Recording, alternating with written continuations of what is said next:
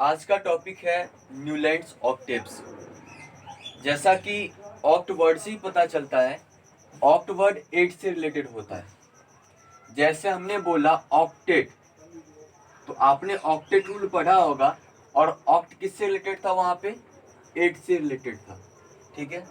हमने बोला ऑक्टागोन, तो ऑक्टागोन हमने बोला तो जिस पॉलीगन के 8 साइड होते हैं उसे ऑक्टागोन कहते हैं। तो यहाँ पे भी ऑक्ट कितना से रिलेटेड है? 8 से रिलेटेड है। फिर हमने बोला ऑक्टामोम, यानी जिस माँ के 8 बच्चे होते हैं उसे ऑक्टामोम बोला जाता है। यहाँ पे भी ऑक्ट कितने से रिलेटेड है? 8 से रिलेटेड है। फिर हमने बोला ऑक्टेंट, तो जब हमने ऑक्टेंट बोला तो ऑक्टेंट का मतलब क्या होता है? सर्कल का 8th पार्ट। ठीक है ना। तो यहाँ पे भी ऑक्ट ना 8 से रिलेटेड है। और आपको पता है सर्कल का अगर 8th पार्ट बनेगा तो वहां पे 45 डिग्री का एंगल बनेगा, क्योंकि टोटल 360 का बनता है। तो 360/8 कितना हो जाएगा? 45 डिग्री का। तो हमें यहाँ पे पता है बच्चों, जब भी ऑक्ट वर्ड आ रहा है ना वो 8 से रिलेटेड है। तो यहाँ पे भी जो ऑक्ट है ना वो 8 से रिलेटेड है। तो न्यूलैंड्स ऑक्टेव्स पढ़ने से पहले ही हमें हिंट मिला कि ऑक्ट ना 8 से रिलेटेड होता है। ठीक है। अब हम ये समझते हैं कि न्यूलैंड्स ने अपने ऑक्टेव्स में एलिमेंट को कैसे अरेंज किया था। तो इन्होंने अपने ऑक्टेव्स में एलिमेंट को एटॉमिक मास पे अरेंज किया था। ठीक है। एटॉमिक मास पे आपने देखा था कि डॉबरेनर ने भी अपने ट्राइड्स में एलिमेंट को कैसे अरेंज किया था? एटॉमिक मास पे, इंक्रीजिंग एटॉमिक मास पे। तो न्यूलैंड्स ने भी ठीक वैसे ही इंक्रीजिंग एटॉमिक मास पे अरेंज किया। आप यहाँ पे देख रहे हैं एलिमेंट को कैसे अरेंज किया गया था? इंक्रीजिंग एटॉमिक मास पे। लेकिन जब इन्होंने इंक्रीजिंग एटॉमिक मास पे अरेंज किया तब इन्होंने ऑब्जर्व किया कि कोई भी एलिमेंट का प्रॉपर्टी अपकमिंग 8 से मिलता है। यानी आप कोई भी एलिमेंट को सेलेक्ट कर लीजिए, ठीक है, तो वहां से आने वाला जो 8वां एलिमेंट है ना उससे उस एलिमेंट का प्रॉपर्टी मिल रहा था। जैसे इन्होंने म्यूजिक के स्केल से भी कंपेयर किया था, जैसे सा रे गा मा प द नी सा।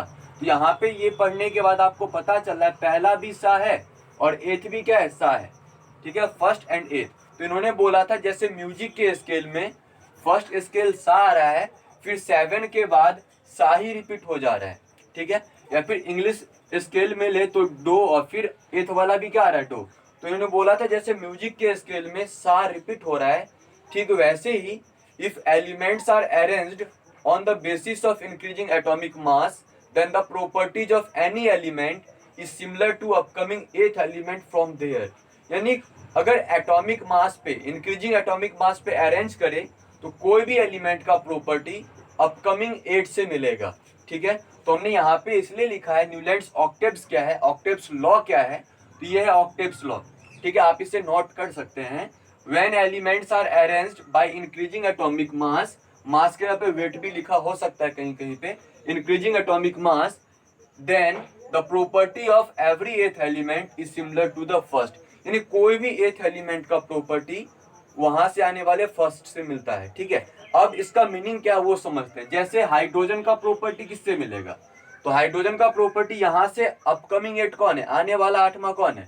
तो first, second, third, fourth, fifth, six, seven, 8th। यानी हाइड्रोजन से किसका प्रॉपर्टी मिलेगा?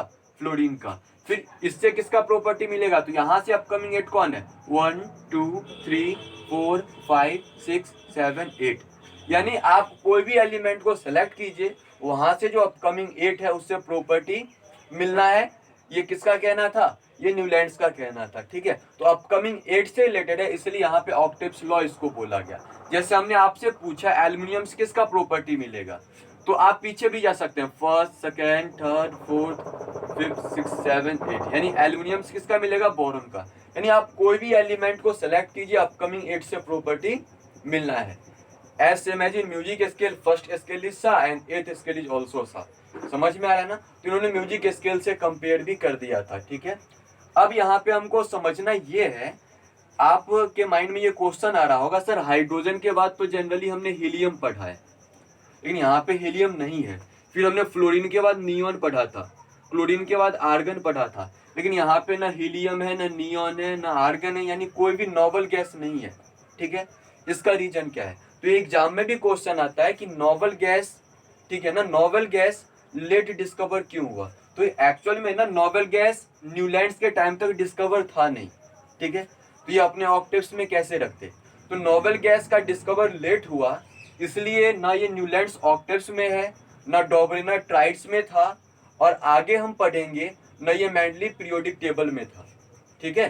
तो यहाँ पे अब हमें पहले ये समझना है कि नोवल गैस है ना, नोवल गैस, उसका लेट डिस्कवर का रीजन क्या है। What are the reason behind late discovery of noble gases. तो पहली बात यह है कि नोवल गैस अनरिएक्टिव नेचर के होते हैं, यानी वो रिएक्शन नहीं करता, यानी वो कंबाइंड फॉर्म में नहीं होता। यानी आप ना जैसे सोडियम को देखते होंगे, सोडियम क्लोराइड का फॉर्मेशन, ठीक है, या फिर मैग्नीशियम को ऑक्साइड फॉर्म में देखते हैं, वैसे नोवल गैस के बारे में बताया जाता है ये कंबाइंड फॉर्म में नहीं होगा, ठीक है। वैसे जब हायर क्लास में जाएंगे तो आप देखेंगे कि XeCl4, ठीक है, यानी जेनॉन यहाँ पे क्लोरीन के साथ कंपाउंड बना रहा है, या फिर जेनॉन ना फ्लोरीन के साथ कंपाउंड बना रहा है, ठीक है। तो वो हम लोग हायर क्लास में देखेंगे, ये रेयर केसेस में होता है। लेकिन जनरली क्या होता है, इन जनरल क्या होता है, नोवल गैस अनरिएक्टिव नेचर के होते हैं, ठीक है, जिसके रीजन से वो रिएक्शन नहीं करता है। और दूसरा रीजन, नोवल गैस का अमाउंट भी बहुत कम होता है अपने नेचर में। तो नोवल गैस का अमाउंट भी बहुत कम होगा तो वो दिखेगा भी नहीं। सिंपल सी बात यह है बच्चों, जैसे सिंपल सी बात है, हम बड़े हैं तो हम आपको दिख जाएंगे, लेकिन एक छोटा सा चींटी हमारे आसपास चल रहा हो तो वो देखने के लिए हमें बढ़िया से, यानी थोड़ा सा टाइम लगेगा वहां पे, यानी जो ज्यादा अमाउंट में है ना वो दिख जाएगा, ठीक है, उसके बारे में हम ऑब्जर्वेशन कर सकते हैं। लेकिन जो कम अमाउंट में है उसको हम लेट से पता कर पाएंगे। ठीक वैसे ही जो एलिमेंट ज्यादा अमाउंट में था ना उसका डिस्कवर हो गया था, लेकिन जो एलिमेंट लेस अमाउंट में था जैसे नोवल गैस, उसका डिस्कवर लेट से हुआ, ठीक है। तो जब 1898 आया था ना, 1898, ओके, तब एक साइंटिस्ट थे विलियम रैमसे, उन्होंने नोवल गैस का डिस्कवर किया था, ठीक है। तो ये हमने ये भी बताया कि नोवल गैस का डिस्कवर का लेट रीजन क्या था, या फिर हमने ये बताया कि नोवल गैस का डिस्कवरर कौन था, ठीक है। अब हम ये समझते हैं, एक क्वेश्चन पूछा जाता है, क्या डॉवरेनर का जो ट्राइड था, डॉवरेनर का ट्राइड याद आ रहा है ना, क्या डॉवरेनर का ट्राइड न्यूलैंड के ऑक्टेव्स में अवेलेबल है। तो आपने देखा तो डॉवरेनर के ट्राइड में ना लिथियम, सोडियम, पोटासियम, ये तीनों आ रहा था, और ये ऑक्टेव्स में भी प्रेजेंट है, ठीक है। तो जब आपसे क्वेश्चन पूछा जाए is Dobereiner triads available in Newland octave, then you can say yes, Doverener tride is also available in Newland octaves. As for example, lithium, sodium, potassium. Okay, they are also part of Doverener tride and also the part of Newland octaves. समझ में आ रहा है ना। तो ये था। अब question ये है कि न्यूलैंड्स ऑक्टेव्स की लिमिटेशन क्या है, ठीक है। तो न्यूलैंड्स लॉ की न्यूलैंड्स का जो ऑक्टेव्स है ना उसकी लिमिटेशन क्या है, क्योंकि अगर ये सही रहता तो अभी तक चलते आ रहा होता। अभी मॉडर्न पीरियोडिक टेबल है, ठीक है। न्यूलैंड्स ऑक्टेव्स के बारे में हम पढ़ते हैं क्योंकि ये अर्लियर एफर्ट है, ठीक है, और ये अर्लियर एफर्ट से ही धीरे धीरे पीरियोडिक टेबल की स्टार्टिंग हुई थी, ठीक है। तो न्यूलैंड्स ऑक्टेव्स का लिमिटेशन क्या है वो पढ़ते हैं। तो न्यूलैंड्स लॉ यानी न्यूलैंड्स ऑक्टेव्स लॉ का लिमिटेशन ये है बच्चों कि पहली बात तो ये कैल्शियम तक ही अप्लीकेबल हो पाता है, यानी इनका जो ऑक्टेव्स लॉ है ना that is applicable for lighter element, और कहां तक, कैल्शियम तक। तो क्वेश्चन ऑब्जेक्टिव में पूछा भी जाता है कि न्यूलैंड्स ऑक्टेव्स कहां तक अप्लीकेबल हो पाता है, तो आपका आंसर होगा कैल्शियम, या फिर आप कह सकते हैं ये लाइटर एलिमेंट तक अप्लीकेबल हो पाता है। ये कहने का मतलब क्या है बच्चों कि कैल्शियम तक ना अपकमिंग एट जो है, यानी मैग्नीशियम से अपकमिंग एट कौन होगा, कैल्शियम होगा। तो इससे प्रॉपर्टी मिलता है, क्योंकि न्यूलैंड्स का कहना था कि कोई भी एलिमेंट का प्रॉपर्टी अपकमिंग एट से मिलेगा, लेकिन ऐसा कैल्शियम तक ही अप्लीकेबल हो पाता है, क्योंकि एल्यूमिनियम से जो अपकमिंग एट है डेट इज क्रोमियम, और एल्यूमिनियम और क्रोमियम का प्रॉपर्टी नहीं मिलता है। जबकि उनका कहना क्या था, आप कोई भी एलिमेंट को सेलेक्ट कीजिए, ठीक है, तो वहां से आने वाला जो अपकमिंग एट होगा ना उससे प्रॉपर्टी मिलेगा, बट ये कैल्शियम तक ही अप्लीकेबल हो पाता है, क्रोमियम से ये गलत हो जाता है, यानी this is applicable up to calcium. आप नोटबुक में नोट कर सकते हैं, ठीक है। यानी पहली लिमिटेशन क्या है बच्चों, it is only applicable up to calcium, after calcium his octaves law becomes wrong, यानी इनका ऑक्टेव्स लॉ क्या हो जाता है, रॉन्ग हो जाता है। ठीक है। दूसरी बात कि नोबल गैस का डिस्कवर इस टाइम तक नहीं था, लेकिन नोबल गैस का जब डिस्कवर हुआ और इनके ऑक्टेव्स में रखा गया, ठीक है, तो हीलियम यहाँ पे आ जाएगा, नियोन यहाँ पे आ जाएगा, आर्गन यहाँ पे आ जाएगा। ठीक है। तो कोई भी एलिमेंट का प्रॉपर्टी किससे मिलेगा, हाइड्रोजन के बाद हीलियम आ जाएगा, यानी 1 2 3 4 5 6 7 8 9, यानी अगर नोबल गैस को एडजस्ट कर दिया जाए न्यूलैंड के ऑक्टेव्स में, तो पता चलेगा कोई भी एलिमेंट का प्रॉपर्टी अपकमिंग 9 से मिल रहा है। यानी अपकमिंग 9 से मिल रहा है, मतलब ये नॉनेब्स लॉ हो गया, ऑक्टेव्स लॉ नहीं रहा। यानी after putting noble gas in Newlands octaves, the property of any element is similar to upcoming 9th element from there, यानी कोई भी एलिमेंट का प्रॉपर्टी अपकमिंग 9 से मिलता है। तो नोबल गैस रख देने के बाद इनका ऑक्टेव्स लॉ क्या हो जाता है, रॉन्ग हो जाता है। ठीक है। तीसरी बात, कभी कभी इन्होंने क्या किया था, जिस एलिमेंट का प्रॉपर्टी नहीं मिल रहा था ना, उसको भी इन्होंने साथ में रखा था। जैसे देखिए कोबाल्ट और निकेल, कोबाल्ट और निकेल को किसके साथ रखा गया है, फ्लोरीन क्लोरीन के साथ रखा गया है, जबकि फ्लोरीन क्लोरीन गैस है, नन मेटल है, और कोबाल्ट और निकेल क्या है, मेटल है। यानी मेटल को नन मेटल के साथ रख दिया गया है। और आप समझिए मेटल नन मेटल के बीच कितना डिफरेंस होता है, उसके प्रॉपर्टी के बीच कितना डिफरेंस होता है, फिर भी इन्होंने नन मेटल के साथ मेटल को रख दिया।